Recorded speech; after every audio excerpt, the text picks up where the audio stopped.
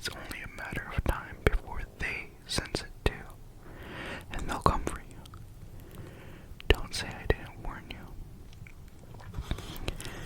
My name is Percy Jackson. I'm 12 years old. Until a few months ago, I was a boarding student at Inciting Academy, a private school for untroubled kids in upstate New York. Am I a troubled kid? Yeah, you could say that.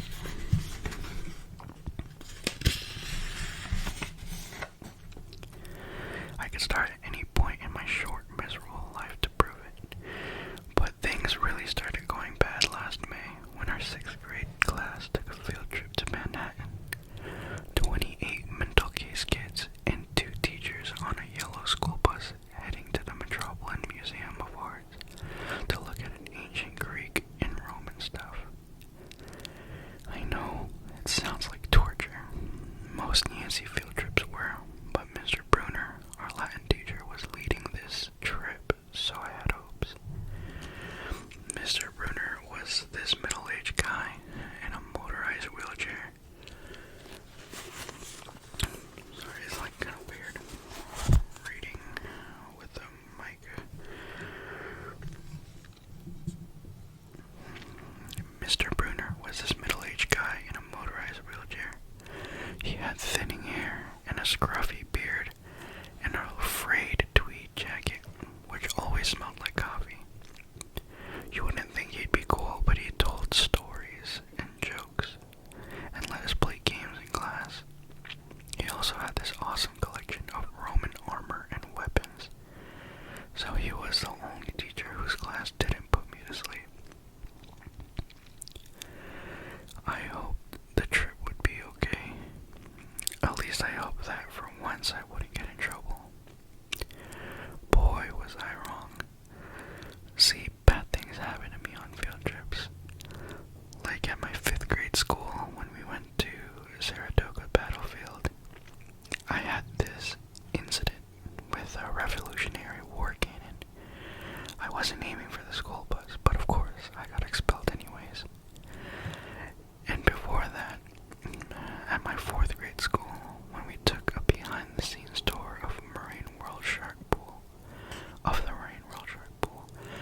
I sort of hit the wrong lever on the catwalk, and our class took an unplanned swim. And the time before that, well, you get the idea. This trip was determined to be good. All the way into the city, I put up with Nancy Bobofit, the freckly, red-headed kleptomaniac girl, hitting my best friend Grover in the back of the head with chunks of peanut butter and ketchup sandwich. Grover was an easy target. He was scrawny, he cried, he got frustrated. He must have been held back several grades because he was the only 6th grader with acne and the start of a wispy beard on his chin. On top of all that, he was crippled. He had a note excusing him from PE for the rest of his life because he had some kind of muscular disease in his legs. He walked funny. Every step hurt him. But don't let that fool you. You should have seen him run when he was enchilada day in the cafeteria. Anyway, Nancy Bobofit was throwing wads of sandwich that stuck in his curly brown hair, and she knew I couldn't do anything back to her because I was already on probation. The headmaster had threatened me with death by in-school suspension if anything bad, embarrassing, or even mildly entertaining happened on this trip. I'm going to kill her, I mumbled. Grover tried to calm me down. It's okay, I like peanut butter. He dodged another piece of Nancy's lunch. That's it. I started to get up, but Rover pulled me back to my seat. You're already on probation, he reminded me. You know who will get blamed if anything happens. Looking back on it, I wish I had decked Nancy Bobofit right then and there. In-school suspension would have been nothing compared to the mess I was going to get myself into. Mr. Brunner led the museum tour. He rode up front with his wheelchair guiding us through this big statues and glass cases full of really old black and orange pottery. It blew my mind that this stuff has survived for 2,000, 3,000 years. He gathered us around a 13-foot tall stone column with a big sphinx on top and started telling us how it was a grave marker for Stella, a girl about our age. He told us about the carvings on the side. I was trying to listen to what he had to say because it was kind of interesting, but everyone around me was talking. And every time I was told to shut up by the other teacher chaperone, Miss Dodge. Dodds would give me the evil eye. Miss Dodds was this little math teacher from Georgia who always wore a black leather jacket even though she was 50 years old. She looked mean enough to ride a Harley right into your locker. She had come to Yancey halfway through the year when our last math teacher had a nervous breakdown. From her first day, Miss Dodds loved Nancy Bobovit, and I figured I was devil's spawn. She would point her crooked fingers at me and say, "Now, honey, real sweet." And I knew I was going to get after-school detention for a month. One time, she'd make me erase answers out of old math workbooks until midnight. I told Grover I didn't think Mrs. Dawes was human. He looked at me real serious and said, "You're absolutely right." Mr. Brunner kept talking about Greek funeral art. Finally, Nancy Bobovit snickered something about the naked guy on the stele, and I turned around and said, "Will you shut up?"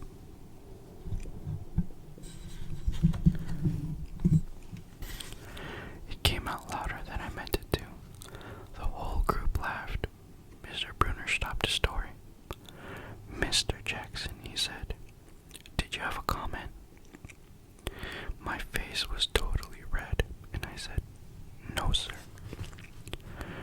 Mr. Brunner pointed to one of the pictures on the stele. Stele. "Perhaps you'll tell us what this picture represents." I looked at the carving and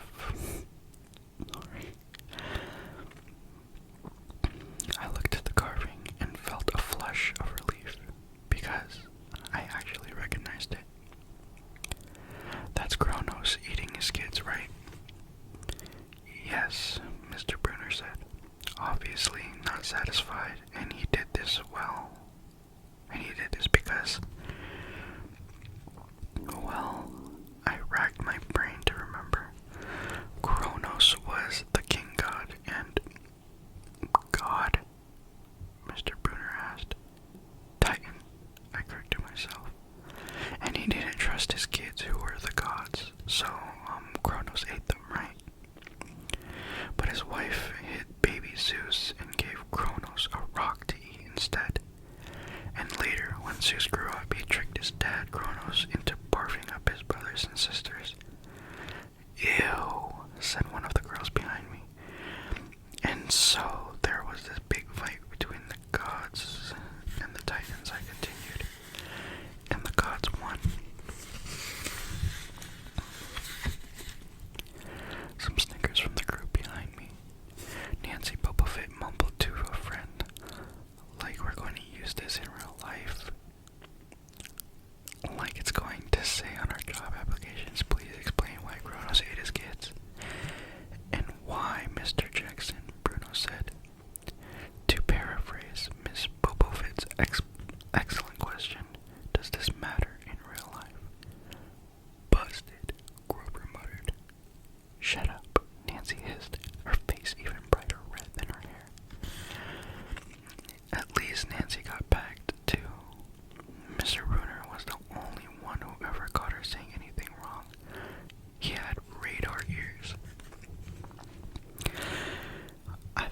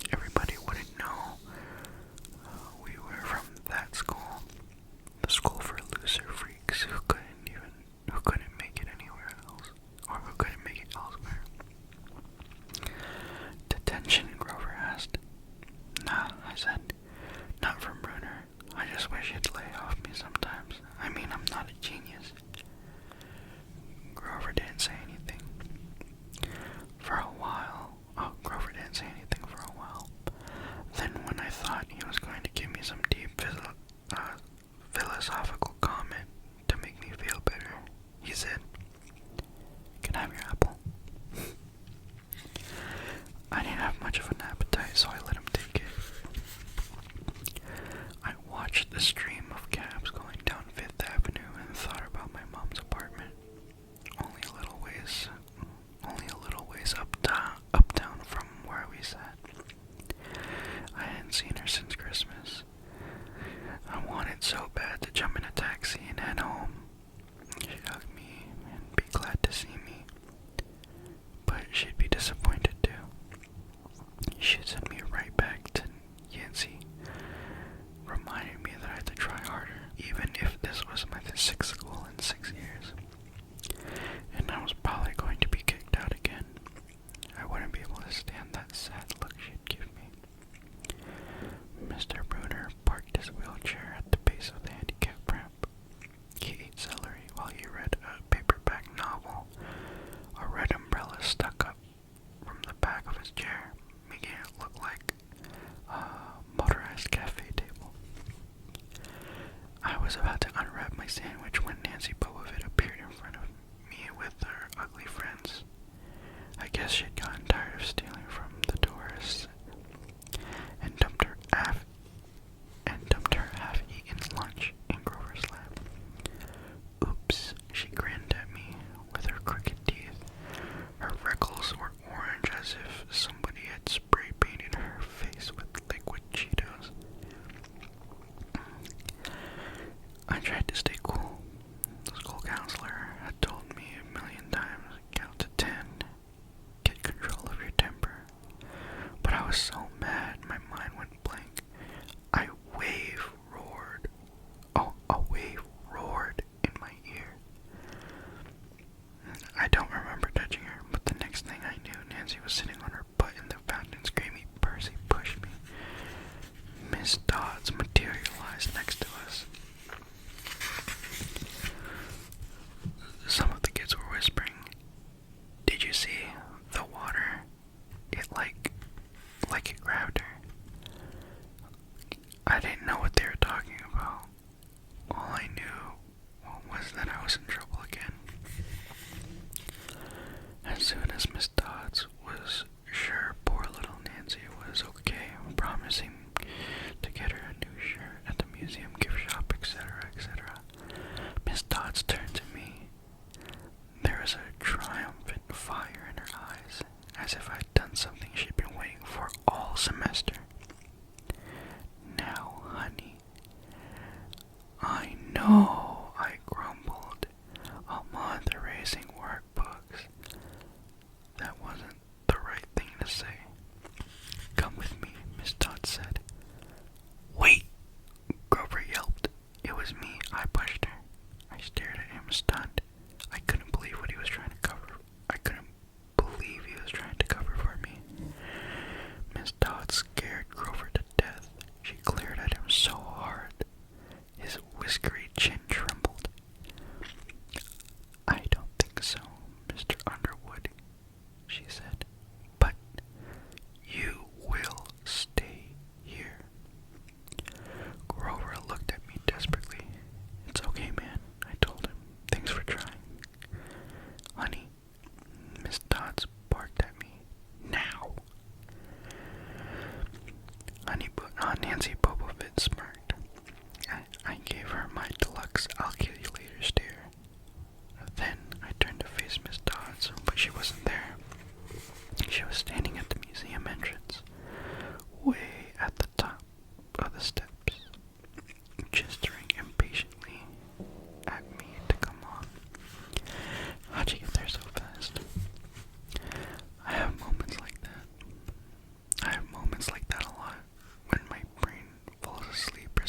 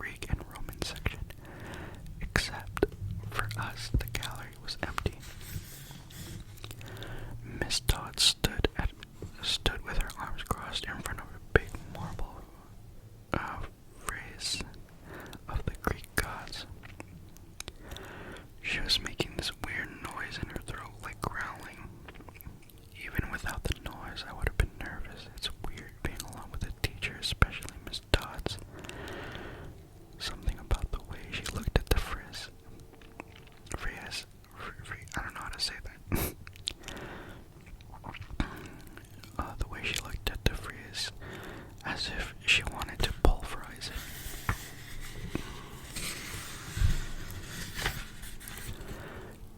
"You've been giving us problems, honey," she said. I did the safe thing and said, "Yes, ma'am." She tucked on the cuffs of her leather jacket. "Did you really think you would get away with it?" The look in her eyes was beyond mad. It was evil. "She's a teacher," I thought nervously. "It's not like she's going to hurt me," I said. I'll try harder, ma'am." Thunder shook the building. "We are not fools, Percy Jackson," Miss Dodd said. "It was only a matter of time before we found you out. Confess and you'll suffer less pain." I didn't know what she was talking about. All I could think of was that the teachers must have found the illegal stash of candy I've been selling out of my dorm room. Or maybe they realized I got my essay from Tom Sawyer from the internet without ever reading the book, and now they were going to take away my grade. Or worse, they were going to make me read the book. "Well," she demanded. "Ma'am, your time is up," she hissed, and the weirdest thing happened. Her eyes began to glow like barbecue coals. Her fingers stretched and turning into talons. Her jacket melted into large leathery wings. She wasn't human. She was a shriveled hag with bat wings and claws and a mouthful of yellow fangs, and she was about to slice me to ribbons. Things got even stranger. Mr. Brunner, who had been out in front of the museum a minute before, wheeled his chair into the doorway of the gallery, holding up a pen into his hand. "What ho, Percy!" he shouted, and tossed the pen through the air. Miss Dodge lunged at me. With a yelp, I dodged and felt talons slash the air next to my ear. I snatched a ballpoint pen out of the air, but when it hit my hand, it wasn't a pen anymore. It was a sword. Mr. Brunner's bronze sword, which he always used on Tournament Day. Miss Dodd spun towards me with a murderous look in her eyes. My knees were jelly, my hands were shaking so bad I almost dropped the sword. She snarled, "Die, honey," and she flew straight at me. Absolute terror ran through my body. I did the only thing that came naturally. I swung the sword. The metal blade hit her shoulder and passed clean through her body as if she was made of water. Hiss! Miss Dodds was a sandcastle in a power plant. She exploded into yellow powder, vaporized on the spot, leaving nothing but the smell of sulfur and a dying screech, and a chill of evil in the air, as if those two glowing red eyes were still watching me. I was alone. There was a ballpoint pen in my hand. Mr. Brunner wasn't there. Nobody was there but me. My hands were still trembling. My lunch must have been contaminated with magic mushrooms or something. When I imagined the whole thing, I went back outside. It had started to rain. Grover was sitting by the fountain, a museum map tented over his head.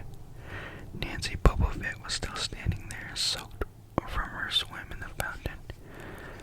Grumbling to her ugly friends when she saw me, she said, I hope Miss Kerr whipped your butt." I said, "Who?" "Our teacher, duh." I blinked. We had no teacher named Miss Kerr. I asked Nancy what she was talking about. She just rolled her eyes and turned away. I asked Grover where Miss Dodds was. He said, "Who?" But he paused first, and he wouldn't look at me, so I thought he was messing with me. "Not funny, man," I told him.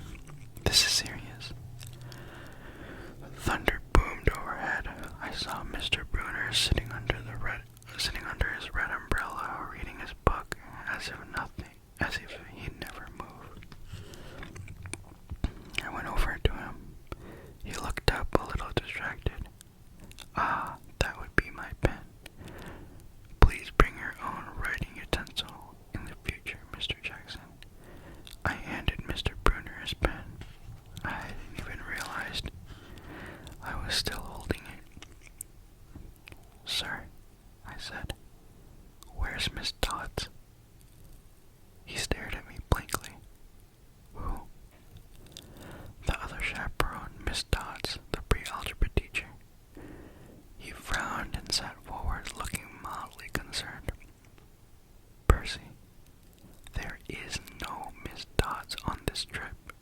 As far as I know, there has never been a missed dots at ENC Academy. Are you feeling alright?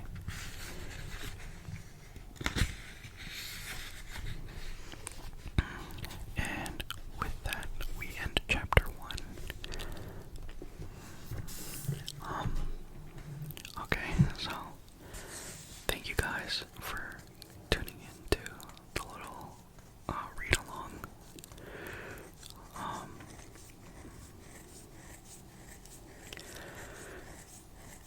I really am thankful for everybody that subscribed over the past 2 weeks since I started this channel.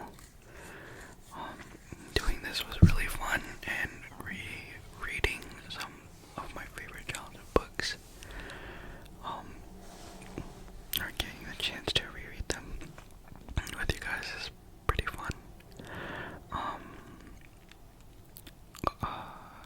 I think we'll get past chapter 2 and 3 maybe next week. We'll see. I'm really sorry for this late upload, but you can expect 2 videos a week. Reading Percy Jackson is going to be one, and then a trigger video will be the other, every Monday and Wednesday.